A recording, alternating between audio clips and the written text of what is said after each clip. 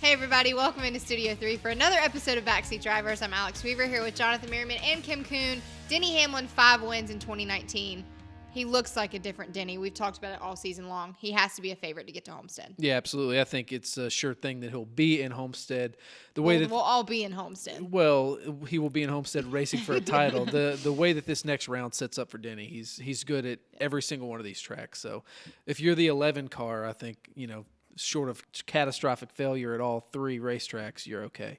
I really wanted with all of my heart to disagree with Jonathan, but I do think it's he is right. It's hard when you're right all the time. Denny was actually my pick, though, in January before the season even started. See, that's interesting to me. Why? I just felt like it was going to be his year. He had a really dismal year last year. We had the crew chief switch with Wheeler leaving, and there was fresh blood in there with Gabe Hart, so I just felt like it was a good pairing. Merriman didn't have him in his championship 4 till about 5 weeks ago. I was a doubter. You were a doubter. Well, he's stacked his points up really well, especially with that win this past weekend. So I think, looking at the 3 tracks we go to, he's good at all of them. He likely will win at one of them, but even so, I think based on his bonus points, he's in a good position, and then Homestead he's won it before, so I think he might be your champion. Bristol is where I was like, all right. Well, we look at Martinsville coming up. Denny's been excited to get back there, I think, all season long, especially for the playoffs. It's his home track. He's really good there. Can we look at him possibly getting a win and locking into Homestead week 1 of the round of 8? I think you can definitely foresee that. It's been a while since he's won there, but Denny Hamlin this year is back to like old Denny Hamlin. He's good where he's supposed to be good, and he's pretty good at places he hasn't really historically been good either. So I think you can circle this, but I mean, Jimmy Johnson's getting faster. He's going to have to deal with them. The 22 are really good there. Martin Truex Jr., his teammate, he's still a little bitter about last year, so I think he's going to be on his game. So what happened last year? Well, had a little bit of drama there at the end of that race, but I mean, a lot of people have really upped their Martinsville program. Yeah. So we'll have to wait and see what pans out. I mean, if Denny can keep it clean, I think he'll be fine. I don't think he's a shoe-in to win Martinsville. He certainly has a good shot. We've seen him win there multiple times before. But if you look at the guys that are outside the top 4 right now, those cutoff guys, like they're in desperation mode almost from the get-go because they're so far behind in the playoff points bank than Truex and Denny Hamlin and Kyle Busch that they're likely going to have a win to move on to the championship 4. So I think the intensity is going to be ratcheted up right when we hit the ground at Martinsville. Yeah, well, you mentioned the makeup of the round of 8. Let's talk about the round of 8 and who's actually in it. We have Kyle Busch, Martin Truex Jr., Kevin Harvick, Joey Logano. Joey Logano is young, but he's been around, it feels like, forever. And then Denny Hamlin. Against who I feel are like 3 young guns coming up is Chase Elliott, Ryan Blaney, and Kyle Larson. Feels very much like old versus new. Yeah, but Chase Elliott, I feel like, races above his experience level a lot. But he's still... 24 he years is, old? He is, but he doesn't race like a 24-year-old. I think Chase Elliott has the most potential to upset the veterans in this next round, and I really think it's going to come at Martinsville. You've been riding that 9 flag like all year long. It only makes sense. I mean, it's the next step in the progression. He's made it to the round of 8. The past 2 years. The next step for that team is to make it to Homestead. I still think they're going to be in Homestead. I think that one of those veterans are going to fall short and not make it, because I think if you look at the way that it sets up, Larson's really good at ISM. Blaney has historically been pretty good at Texas, and Chase is good at Martinsville. So he's good now. I mean, he wasn't always good. Well, you look at it, and I mean, if that happens, if two guys that are below that cut line win these races, I mean, that's a huge upset. I mean, and that puts those guys in panic mode. But do you think guys like Truex and Kyle Busch and Denny Hamlin are going to let them win? Like, I just have a hard time, unless something happens to them on the track and they wreck or Kyle Busch goes into the wall with 18 left. Like, if I'm Chase Elliott and I'm up against Kyle Busch, no chance Kyle Busch is letting me by at Martinsville. No chance. He will fight me to the death. Yeah, it's interesting. You were seeing as young guns versus veterans. I look at it more as past champions versus guys that don't have a championship. So it's a similar group on each side, but there is a little flip-flop. So you got Kevin Harvick, Kyle Busch, Martin Truex Jr., Joey Logano on the, okay, I've already won a championship side, so they have a different perspective. But then you have the really hungry guys. Denny Hamlin's in that. Denny Hamlin has never won a championship. We talk about him all the time. Is he the best to never win a championship? And then, of course, you have Larson, Blaney, and Elliott. So I see kind of that pitting against each other versus like old and veterans and young guys. I don't know if experience is going to falter to just being hungry. I don't know what that means, but okay. Like the young guns are hungry for it, but the past champs have experience and know how to. You just got to deliver and get there and get to Homestead. And you'd be worried about if Chase Elliott had the ability to get around Kyle Busch at one of these racetracks? Yes. I think he would move him. No doubt they'd move each other. I'm not saying he wouldn't move him, but can he? Why can't he? Because it's Kyle Busch at Martinsville. He's been moved at Martinsville before. He knows the deal.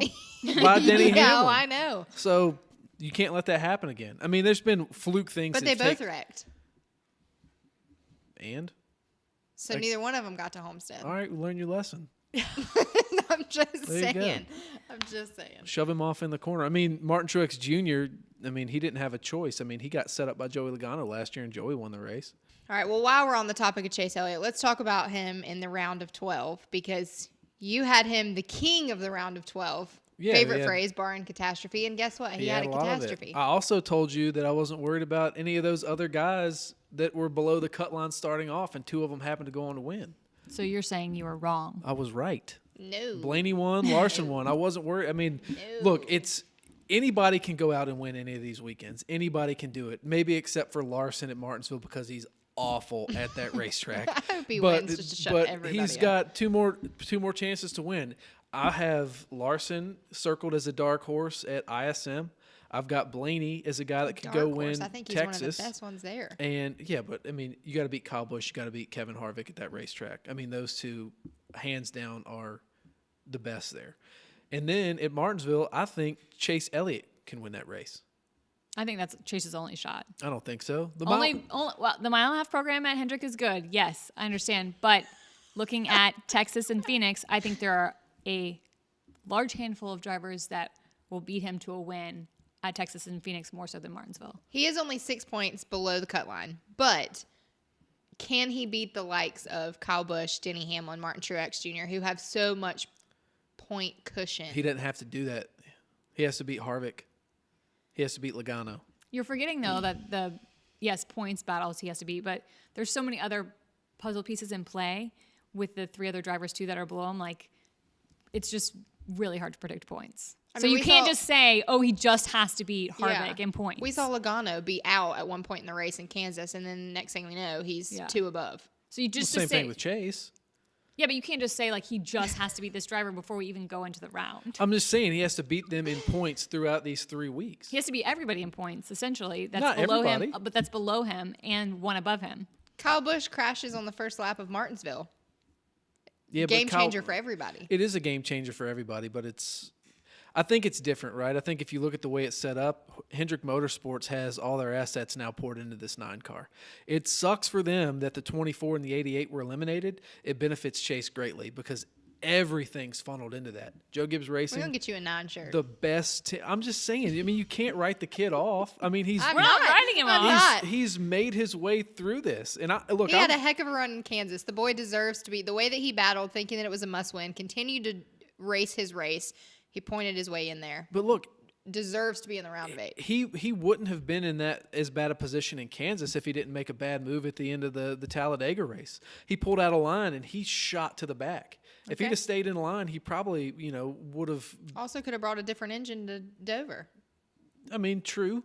But, I mean, that's not his making. That's not a decision that he made on the racetrack. You're forgetting, too, that, like, he was only in by 3 points of this round. So you could look at any finishing position in the entire thing, and that's 1 point. Yeah. All right, we're going to wrap up the Chase conversation because we're just going to agree to disagree. I just think Joe Gibbs Racing's got their assets spread out over this much. Hendrick Motorsports is here. I think that benefits them. All right, well, now going from 3 drivers in the playoffs to 2, Team Penske will have theirs spread between 2 cars with Ryan Blaney and Joey Logano. Joey Logano was the 2018 champion. He kind of had a struggle in the round of 12 as well. Can he rebound and defend his championship and get there in the round of 8? I think for Joey, I don't think it's as guaranteed for me as it is with Martin and Kyle and Denny. And Chase. I mean, I think Joey and Chase are in the same book. You're in the same kind of company here. I mean, yeah, Logano's won at ISM, mile and a half program for Penske has struggled here as of late in Martinsville. He won there last year, but I mean, and he's run pretty well there, but historically he hasn't gotten those finishes at Martinsville. So he's got to be clean and he's got to beat some good guys. And I think the 9's going to give a lot of people trouble. And he's going to be racing the 4 car. Are we counting out the 12? The 12's not in it at all? No, I will say about Joey, though, he's very good when he's backed into a corner. He is. And he can perform That whole when team necessary. And looking at Todd Gordon, how smart he is, and he knows exactly what the team needs going to the weekend in terms of what they need to move on. And so you cannot discount Joey Logano. I think the 12 car looked pretty daggone good at Kansas. The 22 and the 2 struggled all day long, it seemed like. So if you have to pick to win in the round of 8, 12 or 22? 22. I'm going to go 12, Texas. I think Joey can overcome a lot. Where's he going to win, though? Martinsville? Either Martinsville or ISM. It's not going to be Texas. Joey or the 12? Joey. Okay. The 12 can win at The Texas. 12 will I win agree at with Texas. You Mark heard it it down. first. All right. So Team Penske, we think, is a lock to have somebody in the championship for. you. I don't think they're a lock. No, not a lot. No. Okay.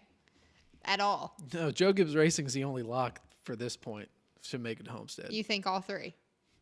I mean, it might not be all 3, but I think they have the best chance to get somebody there. I will say, I think this is one of the best caliber of kind of the outside 4 drivers going into the round of 8. I disagree. In past years, I don't know that we had the same caliber in terms of how much each of those teams have stepped up going into the round of 8. Like, where was Kyle Larson? Where was Ryan Blaney all season long? And all of a sudden, we're seeing them kind of running the top 5 every week. See, I the think fire has been lit under their butts. I think because those 2 guys have made it in, it makes the path for the big 3, the big 4, the guys at the top of that list easier. I do. I mean, to your point, where's Larson been all year? You think he's going to just show up here? I mean, he's good at Dover, but pick a track where he's been as good as he is at Dover in this round of 8. Blaney, the same thing, other than Texas, right? So Phoenix. He's never won at Phoenix. I mean, he's been okay, but, you're racing guys that have won at that racetrack.